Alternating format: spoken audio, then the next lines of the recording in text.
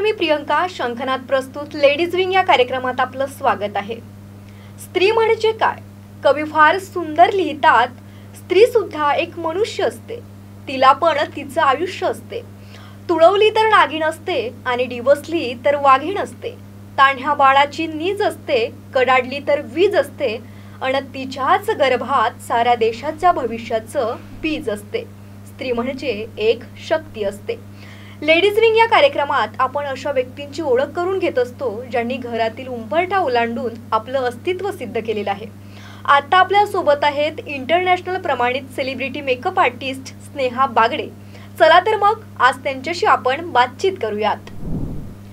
नमस्कार मॅम, शंखनाद प्रस्तुत लेडीज विंग या कार्यक्रमात आपलं स्वागत आहे. Thank you so much. मॅम, आपला प्रवास कसा सुरू झाला ते आमच्या प्रेक्षकांना सांगा. नमस्कार सगळ्यांना. सगळ्यात आधी मी माझे थोडक्यातमध्ये इंट्रो देणार. माझं नाव आहे स्नेहा बागडे. मी एक सेलिब्रिटी मेकअप आर्टिस्ट आहे, प्लस एक प्रोस्थेटिक मेकअप आर्टिस्ट आहे. प्रोस्थेटिक म्हणजे जसं काही ॲक्सिडेंट मेकअप झालं, भूतचं मेकअप झालं, कटमार्क झालं, तर ते सुद्धा मी मेकअप करून दाखवते. त्या व्यतिरिक्त आणखी मला सांगा की या क्षेत्रामध्ये करिअर करण्याची आवड आपल्याला कशी आणि कधी निर्माण झाली? यामागची प्रेरणा कोण होती? बेसिकली असं आहे की ॲक्च्युली मी एक आहे सॉफ्टवेअर इंजिनियर आहे मी. पण कधी काय असतं ना की आपलं फॅमिलीमुळे जॉब नाही करू शकत आपण, त्यामुळे ठीक आहे. त्यानंतर मला कसं एक बेबी झाली. बेबीनंतर मला तिचं पण बघायचं होतं, प्लस मला अर्निंग पण करायची होती, माझी फील्ड पण मला बघायची होती. तर त्याच्याकरिता असं केलं मी की मेकअप ही फील्ड अशी आहे की एक स्त्रियांना घर पण सांभाळता येतो, अर्निंग पण होतो आपली, आणि एक वर्क पण स्टार्ट होतो. मला सपोर्ट केला आहे शीतल भगत मॅमनी. आज मी आहे त्यांच्यामुळे आहे. प्लस मला सपोर्ट केला आहे सोनिया मेयर्स मॅमनी, जे असतात मुंबईला. ते पेड इन स्वदेशी रनवे करतात आणि प्रत्येक जागेमध्ये ते आपलं रनवे वॉक दाखवतात. सो जे काही आज मी त्यांच्यामुळे आहे, त्यामुळे मग या करिअरमध्ये मी आले. मला सांगा की आपण कोणकोणत्या सेलिब्रिटींचं मेकअप केलेलं आहात आणि ते करत असताना आपलं अनुभव काय राहिलं? सेलिब्रिटीजचे भरपूर मेकअप केलेले आहे मी. भरपूर सिरियल्समध्ये मी विजिट्स पण केले आहे. भाभीजी घर पे है, अहिल्या, राधे मोहन, तारक मेहता का उल्टा चष्मा, बाळू मामाचं चांगलं भरं. प्लस मी भरपूर मूवीजमध्ये पण वर्क केलं आहे, विजिट्स केले आहे. मी सॉंग्स अल्बममध्ये वर्क केलेलं आहे, वेबसिरीजमध्ये वर्क केलं आहे. प्लस मी भरपूर काही असं कार्य केलं आहे मेकअप फील्डमध्ये. अच्छा, आपण तर मेकअप फील्डमध्ये केलंच आहात. आपल्या शैक्षणिक प्रवासाबाबत देखील सांगा. खूप छान होतं हे सगळं. असं घडलं की आपल्याला कसं असतं ना, स्त्रियांना असं आहे की घरासोबत काही अर्निंग, ठीक आहे. स्टार्टिंगमध्ये मला पण असंच वाटलं होतं की मी हे करणार की नाही करणार, ओके. पण कसं आहे ना की एक प्रयत्न करा. जर प्रयत्नानंतर तुम्ही सक्सेस झाले ते तुमच्यासाठी बेटर आहे.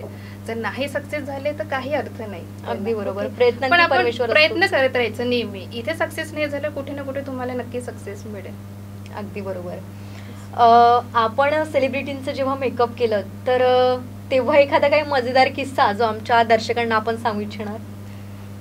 ते सेलिब्रिटीज आपण असं वाटतं आपल्याला, पण खूप एकदम नॉर्मल पर्सन असतात ते. जास्त काही असं वाटत नाही की एक सेलिब्रिटीज आहेत म्हणून, की आपल्यासारखेच नॉर्मल असतात. सगळ्यात आधी तर एक सांगणार तुम्हाला, मी अय्यर दादाचं मेकअप केलं होतं. तारक मेहताच्या उलट्या चष्मामध्ये जे अय्यर दादा आहे त्यांचं मेकअप केलं होतं. तिथे एक रूल असतं की जेव्हा त्यांच्या वर्क स्टार्ट होतो किंवा आमच्या वर्क स्टार्ट होतो, ठीक आहे, तर ते एक साधारण असे पाय लागतात. अच्छा. चाहे कुठलं पण आर्टिस्ट असो, छोटं असो मोठं, म्हणजे त्यांची पण सुरुवात स्टार्टिंग मी त्यांच्या मेकअप करायला गेली तर आधी असं होतं, ओके. तुम्ही म्हटलं दादा तुम्ही इतके मोठे, तर त्यांनी म्हटलं की हे तुझं पण काम आहे, हे माझं पण कामाची सुरुवात आहे ना. तर ते मला एकदम असं वाटलं होतं की नाही, की ते डाऊन टू अर्थ असतात हे सेलिब्रिटीज. अच्छा. खूप छान असतं. मी रश्मी देसाई, मनीष पॉल, नेहा तिवारी मॅम, भरपूर सेलिब्रिटीजचे वर्क केलं आहे, मेकअप केलं आहे. अच्छा. तुम्ही ज्यावेळेस मेकअप करता तर मेकअपमुळे आपल्या शरीरावर, आपल्या आरोग्यावर काही परिणाम होतात का? बिलकुल. आणि जर होत असतील तर त्याची काळजी कशी घेता तुम्ही? आता असं असतं ना की कॉस्मेटिक्स खूप चांगले प्रमाणे येत आहे मार्केटमध्ये. सो मेकअपनी असा साईड इफेक्ट बिलकुल पण नाही आहे. प्रत्येक याच्यामध्ये विटॅमिन ईचं युजफुल असतं, विटॅमिन सी असतं, आणि आजकालचे जे एच डी मेकअप्स वगैरे आहे ते सगळे ब्रँडेड प्रोडक्ट्स आहे. तर त्याच्यामुळे तर काही कुठल्याही स्किनमध्ये काही प्रॉब्लेम होत नाही. इन केस असं काही प्रॉब्लेम झाला आहे तर ऑलरेडी त्यांच्या स्किनमध्ये काही असेल है ना, ज्यामुळे त्यांना आणखी त्रास झाला असेल. काही नाही, फेस क्लीन करा, चांगल्याने क्लीनअप करा, फेस क्लीन करा, तर पूर्णप्रमाणे मेकअप काढा, तर मग काही इफेक्ट नाही होणार तुम्हाला. अच्छा, तुम्ही एक गृहिणी आहात, त्याचबरोबर तुम्ही या क्षेत्रामध्ये कार्य करीत आहात, तर घरच्या मंडळींचं सहकार्य कसं लाभलं तुम्हाला? असं आहे की सगळ्यात आधी म्हणणार की एक थॉट आहे, every successful woman behind a one understanding man. ठीक आहे, तर मी ते प्रेझेंट करते माझ्या हस्बंडला. आज ते होते त्यामुळे मी इथपर्यंत आली आहे. आणि हो, घरच्यांचा तर एकदम 100% त्यांचा सपोर्ट हवा आहे गृहिणीला, कारण गृहिणीला एक तर चूल आणि मूल दोघे सांभाळायला लागतो. घरच्यावाल्यांनी मला भरपूर सपोर्ट केला आहे, माझे रिलेटिव्स, माझे फ्रेंड्स आहेत ज्यांनी मला सपोर्ट केलं आहे.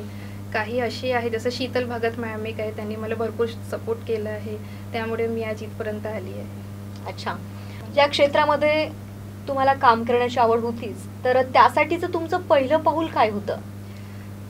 ॲक्च्युली स्टार्टिंगमध्ये असं आहे की मी IT फील्डमध्ये वर्क करायची. मी कोडिंगमध्ये वर्क केलं आहे, मी जावामध्ये वर्क केलं आहे, पर्सिस्टंटमध्ये जॉब केला आहे मी पुण्यामध्ये ॲज अ सॉफ्टवेअर टेस्टर. ते झाल्यानंतर मला एक बेबी आहे 8 वर्षाची. मग मला हे स्टार्ट करायचं होतं. मी कसं असतं ना गृहिणींचं की आधी सेल्फ मेकअप करतात, हो ना. तर मी स्टार्टिंगमध्ये काय केलं की भरपूर लेडीजला थोडंसं लायनर लावून द्यायचं, हेअरस्टाईल करून द्यायचं. मग त्यांनी असं म्हटलं की काम कर की तू या फील्डला छान आपलं प्रोफेशनल्स वगैरे बनव. तर म्हटलं ठीक आहे, मग या फील्डमध्ये गेली मी आणि आज जी आहे तुमच्या समोर आहे. ओके, एकूणच घराबाहेर पडून काहीतरी करू इच्छिणाऱ्या महिलांना आपण काय सांगाल? राईट, सगळ्यात आधी तर मी एक एक्झाम्पल देणार. कोरोनामध्ये भरपूर लोकांचं म्हणजे नुकसान झालेलं आहे. आणि कसं असतं ना की काही प्रायव्हेट्स जे असतात वर्कर त्यांचे पण भरपूर नुकसान झालेलं आहे. तर मला तरी असं वाटतं की या एक जर लाईफ स्टार्ट आहे तर वुमन अँड मॅन दोघांनी अर्निंग केलं पाहिजे. सो त्याच्याने त्यांची जे लाईफ आहे ते स्मूथ होणार आणि इझिली ते कवर करू शकतात. गृहिणींना असं म्हणणं आहे माझं की तुम्ही बाहेर निघा, तुम्ही वर्क करा, आहे ना. म्हणजे तुमची अर्निंग पण होणार, तुमचं जे स्वाभिमान असते ते सुद्धा वाढते. या फील्डमध्ये म्हणा की कुठल्याही फील्डमध्ये म्हणा, मी असं नाही म्हणा की तुम्ही मेकअपमध्येच करा. भरपूर अशी आहे की तुम्ही शॉप टाकू शकता, तुम्ही डिझायनर बनू शकता, काही पण करू शकता, पण तुम्ही घराबाहेर निघा आणि वर्क करा. फार सुंदर असा संदेश आमच्या दर्शकांना आपण दिलं. आपण लेडीज विंग या कार्यक्रमात आलात त्याबद्दल आपलं खूप खूप आभार. थँक्यू. आता वेळ झाली आहे इथेच थांबण्याची. पुन्हा भेटूयात पुढील सत्रात. तोवर नमस्कार.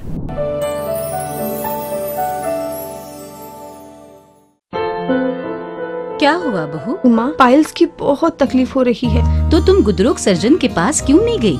देखो, जैसे हार्ट के लिए हार्ट स्पेशलिस्ट, ब्रेन के लिए ब्रेन स्पेशलिस्ट, तो पाइल्स के लिए पाइल स्पेशलिस्ट क्यों नहीं? स्त्री हो या पुरुष, टॉयलेट में तकलीफ केवल पाइल्स ही नहीं और भी कई प्रकार के गुदरोग तथा कैंसर भी हो सकता है।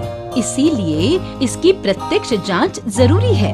ठीक है माँ, पर जांच के लिए हम जाएंगे कहाँ? वही काले आयुर्वेदिक पाइल्स हॉस्पिटल में। लेकिन माँ, प्रेगनेंसी में पाइल्स की दवाइयाँ? प्रेगनेंसी में आयुर्वेदिक दवाइयाँ सुरक्षित होती है। जनहित में जारी काले आयुर्वेदिक पाइल्स हॉस्पिटल, औषधि चिकित्सा तथा सर्जरी ट्रीटमेंट उपलब्ध। हमारा पता उमरेड रोड, दिघौरी बस स्टॉप के पास, नागपुर। अधिक जानकारी के लिए वेबसाइट पर जाएं kalepileshhospital.com।